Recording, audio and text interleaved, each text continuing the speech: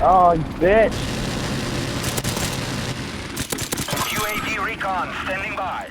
Yeah, that's about how I feel when I have to deal with insurance companies. Not the guy giving with the silenced USP, but the person minding his own business trying to snipe and then just getting shot right in the butt with a 45 caliber pistol.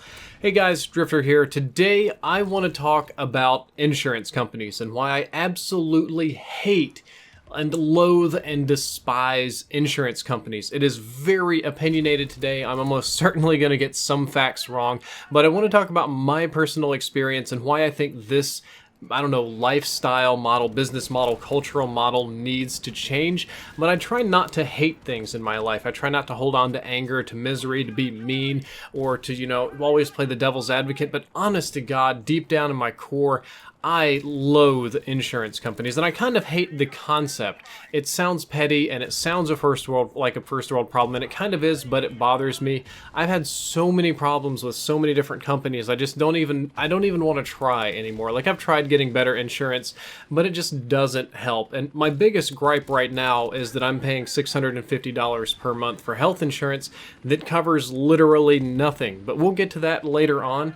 Let's talk about the business model of insurance. Mathematically speaking, it's about the same as betting against the house. As you know, casinos, they know the odds on the machines, they know the numbers, and all they have to do is set up the betting rates and ratios to be 1, 2, 3% in their favor, and it doesn't matter how good a gambler you are, if enough people come in and out, they're always going to be hedging that percentage. It's roughly the same thing. They have millions of statistical models, billions of data points, better studies, better understanding of health, of auto, of insurance, of damage, of probabilities, of the odds of a meteor hitting the earth, of the injury and worth of your assets, and all these sort of things. And they charge just enough on monthly so that on average they make money. Of course, some people get hurt and they pay out and lose a lot on that, but most people don't. So most people pay the money and don't really get any benefit from it. And that's how they do it. Of course, they can reinvest and hedge and do interesting things, but that's the basic idea, is that not everybody's going to get cancer, not all at once, not everybody's going to die, not everybody's car is going to break down, so that, you are essentially subsidizing the people that have disasters. And your benefit in this is that if you have a disaster, you have a sort of lifeline against this catastrophe. If something terrible happens to you, then the insurance company is your saving grace. They are your, bottom that you can't fall out of, that they'll come in and take care of things. In an ideal world, in my experience, that's not really the case, because these companies exist to make a profit, just like any other business. And I don't even knock them for that. Every business has a profit. You can't run it at a loss. It's not a public charity. But in order to turn a profit, some of the things they do are brutal to the customers. And I'm not just talking about hedging against the house or roughly betting odds on mortality and injury, which is what it is essentially. But in an insurance agency, or probably not an agency, that's the wrong word, but a company, the big corporate investing vehicle, there are whole departments dedicated to finding reasons to decline claims. There are reasons and bounds to this. It has to be legal. There's lots of false claims, and there are lots of complicated issues that lawyers can look at and say, technically our policy doesn't cover that. And it's crazy to think, but at any given moment, if your claim is big enough, or if it gets randomly selected, or if it warrants enough attention, there could literally be a team of people working against you at this company that you pay to get some benefit out of. It's like I'm paying you so many $100 per month, and you spend some of that to hire a team to determine why I'm not worth paying the benefit to. And oh yeah, I'm salty about this. I've had a lot of insurance related issues in my life and frustrations, and I'm just going to go ahead and go through the list here of personal experiences I've had with insurance companies that have led me to the point of making this video.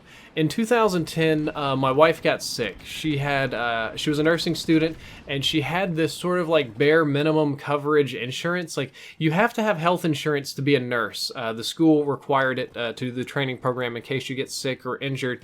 And she did get sick, so I remember I personally drove her to the doctor, and when we got there, we gave them the insurance. And bear in mind, this was absolute, like, the most ridiculously cheap insurance, some company I've never heard of. And we went in and they said, okay, well, we need you to pay out of pocket. And we're like, what are you talking about? And they're like, yeah, this insurance, their policy says that they don't cover the first visit no matter what.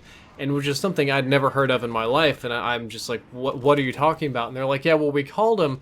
And the policy that Jessica signed on for was your first doctor or hospital visit, the first one, no matter what it is, any severity, any clause, whatever, they just don't cover it. You know, get hit by a bus, break a leg, sniffles, doesn't matter. Whatever the first thing is, you'd pay out of pocket and then the insurance kicks in, which is strange, but as long as you sign that legal contract, I guess that's legal. I don't know, it was a little bit before Obamacare really came in. In 2012, I had a car crash. It didn't really destroy the car, but it did cosmetically damage it. But the insurance company determined that there wasn't enough evidence to go after the trucking company that hit me. That was somewhat of an issue with the police department being very lazy with the paperwork as well. But on top of that, they said that I was still covered for any accident, even if I caused it, but I had to go to some certain automotive company and they would pay some certain percentage of the repairs, and it was something like $7,000 on a car that might have been worth 10. And it was just, it was kind of the runaround. It was kind of like, don't waste our time with this wasn't worth it. If I'm not mistaken, in I think 2013, I hurt my back. Many of you may remember this on the channel, and I had insurance. I had health insurance, which was like, all right, that's awesome. I'm going to do my adult thing. You know, I pay for this, and I'm going to go to my doctor. And the insurance company's like, yeah, we only have one doctor that covers you. And I'm like, the what? And the doctor the insurance company tells me I'm covered under, his name is Dr. Lee, and he's in Koreatown. And this isn't a racist thing, but I go to Koreatown. And the doctor's office, I kid you not, is in between an acupuncture place and a tea house and like a cupping house and like all these sort of strange Asian alternative medicines. And then there's my doctor right there. That doesn't really inspire a lot of confidence. Turned out to be a pretty good doctor, but they were very confused when I went in there because I was the only patient in a while apparently that spoke English. They had to go dig out like some English paperwork for me in the back that wasn't in Korean or whatever, and I have no idea why my insurance company told me to go to that doctor, but I did, and that was very frustrating. Anyway, Dr. Lee was pretty cool, but it was just odd that that's the service that I'm paying for. A friend of mine who almost certainly is watching this video and who has tried to help me get better insurance, but I'm so angry with the whole process, I probably didn't pay as much attention to it as I should have. He got cancer a while back, and he had a normal good policy, health insurance policy, but the company just wiggled and tried and did everything on the planet to do strange things for what procedures they did and didn't cover, and the deductible, and once he got close to the deductible, they said they only would cover half or like a third of some procedures so that we wouldn't hit it, and it was basically a game to get him to pay as much out of pocket as possible. My grandmother's nursing home has been a saga unto itself. She has paid for, it's not retirement, it's essentially like nursing home insurance. You can pay into a fund. You and working can today do this, so they're not pitched as often, so that when you retire, when you become older, that your nursing home, your disability care, your whatever you need, old folks home, assisted living is all taken care of. And she's been paying into this thing since the 70s. Well, it came time to put her in the home because she had dementia real bad and she was, you know, hurting her mouth and doing some strange things with her teeth and whatnot.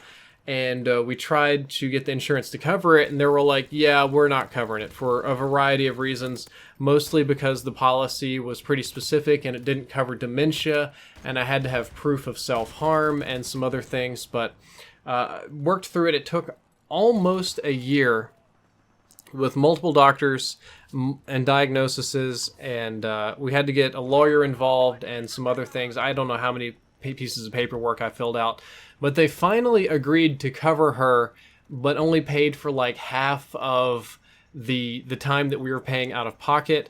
And then the company is continually late and saying that we need to invoice them and that that's not on time, and that this isn't covered, and that the rates are changing, and that basically everything they can do to pay as little as possible or try to make me make a mistake.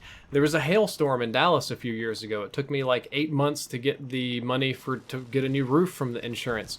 recently I got declined life and disability insurance because of my issues with depression and because I kind of went against doctor's orders and didn't want to take Zoloft. I didn't think it was the healthy decision, but because of that, I can't get life insurance or disability insurance, and that's something I wanted to do so that Jessica would be financially secure should I die in a terrible donut glazing accident or something. And probably the thing that gets me the most, that drives me bananas, is that my current health care is garbage. And I mean, it is so garbage. I just like, I make decent money here on YouTube. I drive a Tesla. I make a decent living. I pay $650 a month for what I think is a gold plan with Blue Cross Blue Shield, and it covers like nothing, like no medications. It stopped covering CVS and I think one other common pharmacy like the Walmart one or something. It covers so little. I have one primary doctor that I can see once a year. The insurance has to be, the emergency room has to be in network, and then there's a certain copay, and if you go out of network, you pay everything out of pocket, and it doesn't cover, there's so many things it doesn't cover that this year I've probably spent about $12,000 out of pocket on healthcare, and I've probably had like $500 worth of stuff covered on my insurance. I buy my meds from Canada. It's not legal, but I do because there's no other way to get them without paying like $3,000 a month for my wife. That is, I'm trying to quit all of mine, and I don't know why I pay for this, and I'm trying to do better, but I literally can't. When you buy a private insurance policy, like if you're not at a job where they don't where your boss or company doesn't pay a part of it, it's much more expensive. And the next thing I want to say is shitlording. It's mean. It sounds all kinds of wrong and elitist and dirty. So please forgive me, but try to understand where I'm coming from here, right? I'm currently paying $650 a month for insurance. My parents, who are both on disability Medicare, get better coverage and better treatment for things than I do. And I don't mean that in that fuck poor people, or I hate this, or they don't deserve health care, or that, well, if you're on Medicare, you're leech. None of that sort of crazy stuff. God bless you. I wish everybody for the best. But it's frustrating for me to pay a lot of money and get nothing covered, and then see that the government, the lower end maligned healthcare is better than mine. And it just drives me up a wall, and it fills me with so much rage. I don't know what to do with it all. And I think that the idea that the insurance will cover it has caused a huge issue with healthcare in our country, in that going to the hospital is scary and that preventative health isn't possible and that checkups should be avoided. Like, the insurance will cover it, the hidden rates, they'll charge some absurd amount and then negotiate it down behind the scenes with the insurance. All of this is work to increase the cost of healthcare exponentially over time, which decreases the healthiness of our population. Doctors especially, but sometimes nurses and treatments are limited by what the insurance will cover. If your insurance doesn't cover the surgeon, if it doesn't cover the consultation, if it doesn't cover the treatment, well, that's kind of just tough shit for you, and that's how it is. And sometimes the opposite is true. Sometimes the insurance, especially Medicare or Medicaid, can be farmed for what they will cover. My dad fell for one of these things recently, and he disagrees with me, but he had a surgery that didn't go particularly well at a small country hospital in Mississippi, by a doctor that, like, the whole thing was fast-tracked. Like, from meeting the doctor to getting the surgery was way too fast for what I was comfortable with. And after visiting the hospital, I got a feeling it was more like a pump and dump, like get these Medicare people in and out and just get all the money they can. And it of course it didn't go right, and of course it hurt him, and of course it pissed me off, and it was just sort of a farming that government money tactic. And I don't have a solution for these problems, okay? I don't have a great overarching, this is Drifter's idea to how to run the world, or here's an alternative business model, and we're going to do the single payer this and socialize that and nationalize this, and then aliens are going to come down and we're all going to have Obamacare in space. I don't have these sort of answers for you. I don't know what to do. The things that I'm complaining about are real problems, and insurance was created essentially to alleviate these problems, to give people some sort of financial tool to sort through this. But I do know that this is an unsustainable model, that I'm not the only person struggling with this. I shit you not, I know other YouTubers and streamers that work side jobs. Like, I know one of them, I think he works at Walgreens, quite literally, just to keep the company insurance because it's better and cheaper than what he can get on his own. And I don't think that's right. I think that's crazy crazy, and it makes me feel like I'm living in a giant clown college, and I don't know what to do about it. And that's kind of all I got to say today, guys. I hope you enjoyed this rambly video. I hope you learned something useful. If you did, don't forget to like, favorite, and subscribe. Drifter out.